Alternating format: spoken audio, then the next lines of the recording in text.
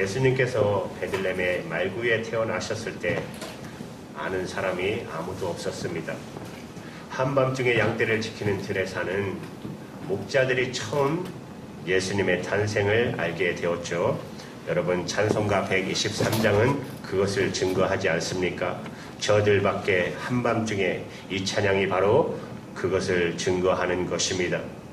그때 별들이 반짝반짝 빛나는 밤에 하늘에서 천사가 나타납니다. 그 천사는 하나님의 영광의 빛 자체로 가득 찬 찬란한 형용할 수 없는 그 빛의 옷을 입고 천사들이 목자들에게 나타납니다. 목자들이 얼마나 놀랐을까요? 상상할 수 없는 그 광경을 보고 그들은 충격을 받고 놀랐습니다. 이때 이 천사들이 목자들에게 다음과 같은 메시지를 전해줍니다. 오늘 본문 누가복음 2장 10절, 11, 12절의 말씀 우리 같이 읽습니다. 천사가 가로되 무서워 말라. 보라, 내가 온 백성에게 미칠 큰 기쁨의 좋은 소식을 너에게 전하노라. 오늘날 다윗의 동네에 너희를 위하여 구주가 나셨으니 곧 그리스도 주시니라. 너희가 가서 강고에 쌓여 그의 누이 이것이 너에게 표적이니라 하더니, 바로 이런 음성이 들려온 것입니다. 여러분, 삶이란 이성이에요. 삶은 그냥 현실이에요. 그러나 여러분, 믿음은 초현실입니다.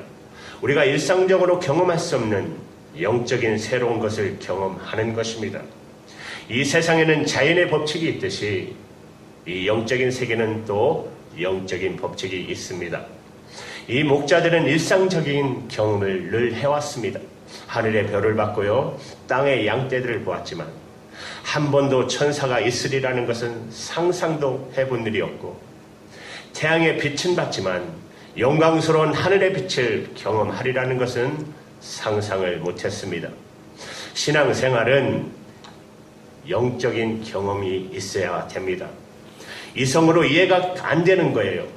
우리가 세상에 살아가는 모든 경험으로는 하늘의 사건을 경험할 수 없습니다. 이 목자들은 충격을 받았습니다. 그런데 음성이 들려요. 예수 그리스도가 태어난다는 것이죠. 그렇게 기대하던 메시아가 태어난다는 것입니다. 그리고 다시 천사들을 보니까 그 뒤에 셀 수 없는 어마어마한 하늘의 군대, 세상에도 군대가 있지만 하나님의 나라에도 군대가 있습니다. 하나님의 군대가, 하늘의 군대가 포진하고 천사들과 함께 찬양하는 소리를 이 목자들이 들을 수 있었습니다. 아까 우리 장로님 말씀하셨죠. 목자들이 찬송하는 것이 아니라 하늘에 거룩하신 하나님의 영광을 입은 천사들과 군대들이 하나님을 찬양합니다. 13절에 이렇게 찬양합니다. 호련히 허다한 천군이 그 천사와 함께 있어 하나님을 찬송하여 가로되.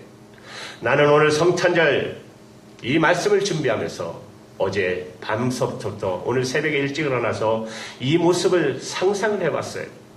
하나님, 저에게도 천사를 보여주십시오. 하늘의 군대를 보여주십시오.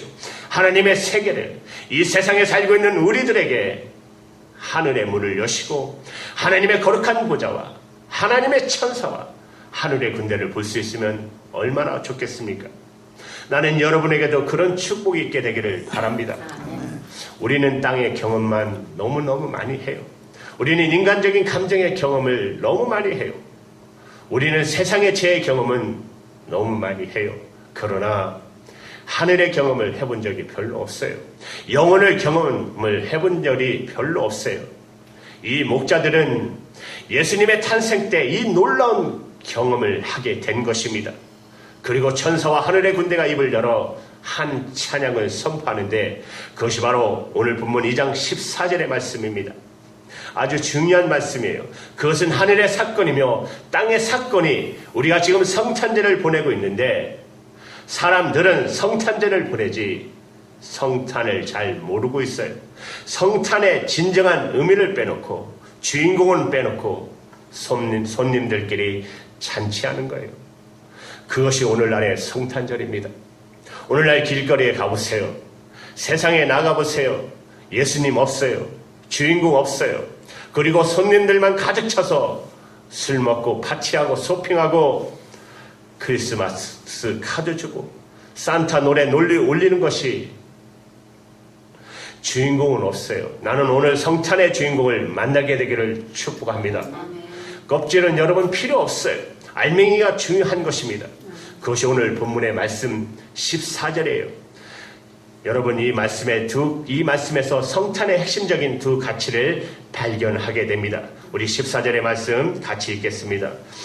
지극히 높은 곳에서는 하나님께 영광이요 땅에서는 기뻐하심을 입은 사람 중에 평화로다 하니라. 두 가지가 있습니다. 성탄의 진정한 핵심 가치, 성탄의 진정한 의미는 무엇입니까? 영광입니다. 하나님께 영광, 어디서요? 하늘에서. 성탄은 두 곳에서 일어났어요. 하늘에 일어난 사건이고 땅에서 일어난 사건이에요. 그런데 우리는 땅에서만 성탄을 기억하기 때문에 진정한 성탄의 핵심을 놓칠 때가 많아요. 진정한 하나님의 영광을 돌리지 못할 때가 많아요.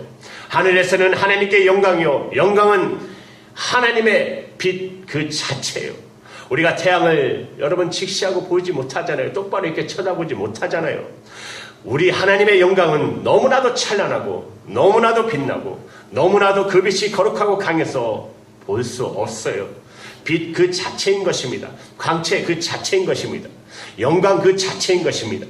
하나님께는 영광이요. 여러분 이것이 바로 성탄입니다. 성탄의 첫 번째 의미는 하나님께 영광입니다. 성탄의 땅의 사건이 아니라 하늘의 사건입니다. 땅만 보는 사람들은 하늘을 보지 못해요. 그러나 하늘을 본 사람들은 땅을 볼 수 있어요. 예수 그리스도를 아직 믿지 못하고 거부하고 조롱하고 비판하는 사람들은 하늘을 보지 못한 사람들입니다. 땅만 보기 때문에 하늘에서 어떤 일이 벌어졌는지 그들은 상상조차 하지도 못하는 것입니다. 사랑하는 여러분, 예수님은 성령님으로 잉태하셨어요. 동정녀 마리아에게서 이것은 땅의 사건이 아니라 하늘의 사건이에요. 마리아에게서 말구유에서 땅에서 일어났지만 그러나 그것은 하나님의 계획하시고 하나님이 예비하시고 하나님이 섭리하신 사건입니다. 예수님 스스로 태어난 것이 아닙니다. 하나님이 보내셔서 태어난 것이죠. 하나님은 자신의 독생자 외아들을 세상에 보내셨습니다. 여러분 보내실 때는 기쁨으로 보내신 거 아닙니다. 고통스럽게 보내신 것입니다. 여러분 우리가 사랑하는 사람과 이별할 때도 얼마나 슬퍼요. 자식이 군대만 가도 부모의 마음은 얼마나 아파요. 저희도 사남 일녀지만 형제, 삼형제 다 가도 갈 때마다 그렇게 우셔요. 이제 그만 우셔도 되는데 막내인 저 갈 때도 그렇게 우셔요. 여러분 친구를 떠날 때 떠나보내도 슬퍼요. 그렇죠? 사랑하는 사람이 죽을 때 슬퍼요.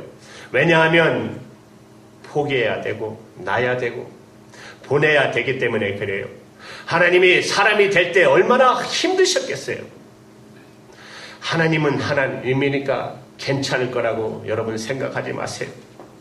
하나님에게도 고통이 있어요. 하나님에게도 아픔이 있었어요. 하나님에게도 눈물이 있었다고요. 왜냐하면 자기의 외아들 예수 그리스도를 세상에 보내서 십자가에 못 박아 죽여야 하기 때문에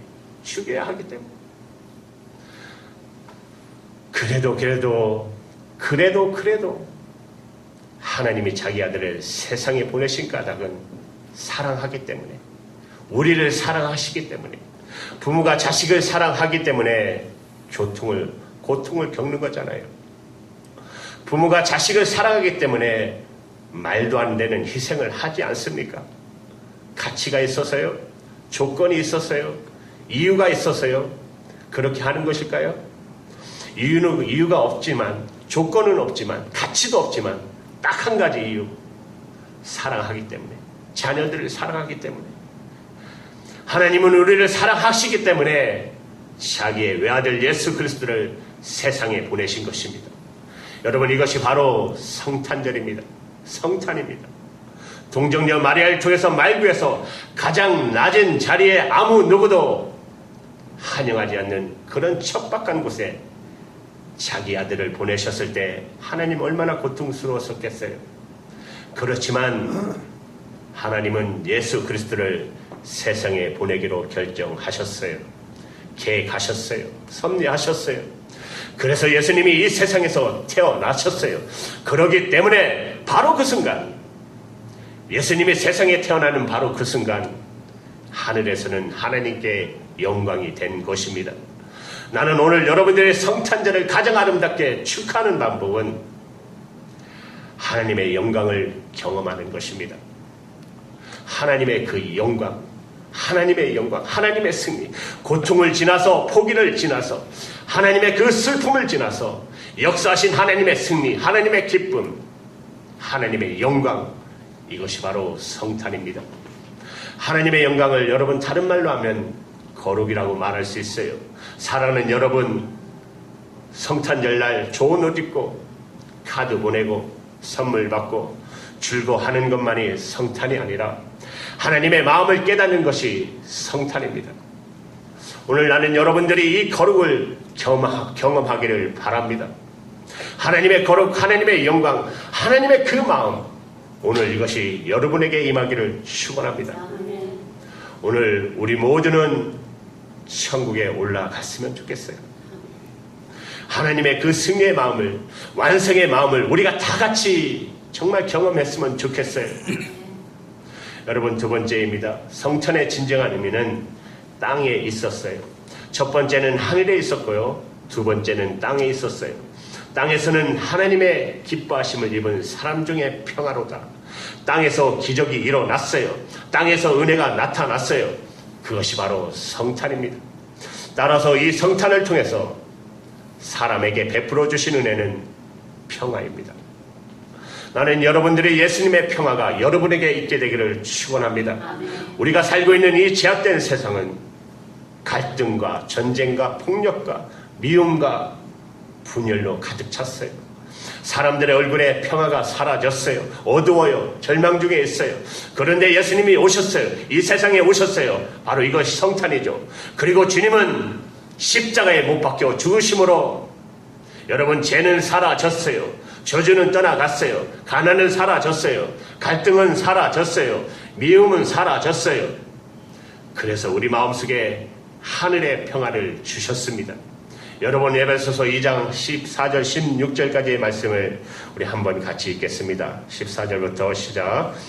그는 우리의 합평이시니라. 둘로 하나를 중간에 묶인 밤을 보시고 원수된 것 곧 의인에 속한 계명의 율법을 자기 육체로 해하셨으니 이는 이들로 자기 안에서 한 세 사람을 지어 합평하게 하시고 또 십자가로 이 둘을 한 몸으로 하나님께 화목하게 하려 하심이라. 원수된 것을 십자가로 소멸하시고. 아멘. 사랑하는 여러분, 성탄은 살롬입니다. 성탄은 평화입니다.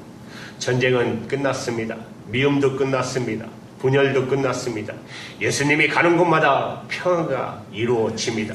저 북녘 땅에도 진정한 평화가 필요합니다. 저 중동에도 평화가 필요합니다. 여러분, 시리아, 이라크 얼마나 많은 사람들이 내전으로 인해서 지금 떠들고 있습니까? 받아주지 않고 바다 한가운데를 떠들고 있는 사람들이 얼마나 많은지 아십니까? 아프리카의 가난으로 고통받는 그들에게도 평화가 필요합니다. 한 끼 먹을 것이 제대로 없어서 굶어 죽어가고 있는 어린아이들에게도 평화가 필요합니다. 여러분, 그러나 이 평화를 말할 때 조심할 게 있습니다. 가짜 평화입니다. 사탄은 우리들에게 가짜 평화를 가르쳐 줍니다. 평화, 요즘 세상에서 가장 많이 쓰이는 단어가 바로 평화라는 말이에요. 가짜 평화예요. 진짜 평화는 예수 그리스도로 말미암아 주시는 평화인 것입니다. 저는 혼돈하는 우리나라에 새로운 평화가 있게 되기를 바랍니다. 예수님은 어떤 분이십니까?